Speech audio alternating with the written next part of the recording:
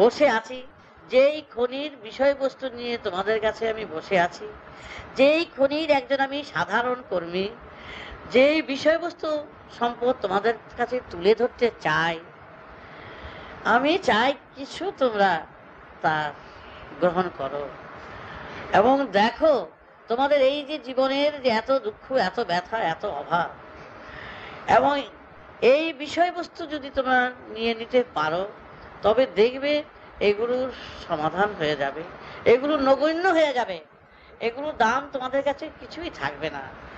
সুতরাং তোমরা এত সহজে আমাকে পাচ্ছ, আমি সহজে দিতে চাই, তোমরা কিছু নেও। আমি খনির থেকে তুলে ধরছি, আমি খনির সাধারণ কর্মী, আমি মালিক হিসাবে কথা বলছি না, কর্মী হিসাবেই কথা বলছি।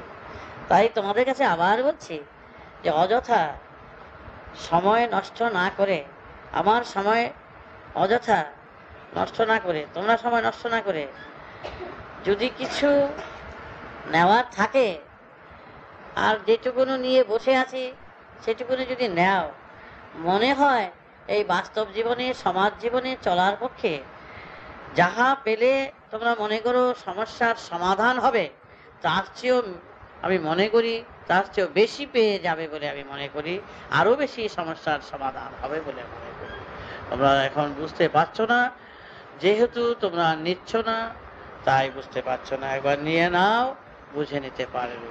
তাই বলছি সময় নষ্ট করো না, সময় হারাবে না।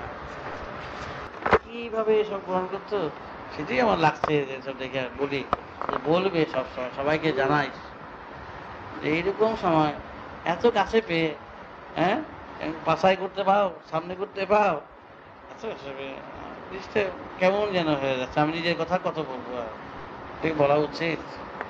এটা নিজের কথা বললে নিজে একটা কেমন কেমন লাগে।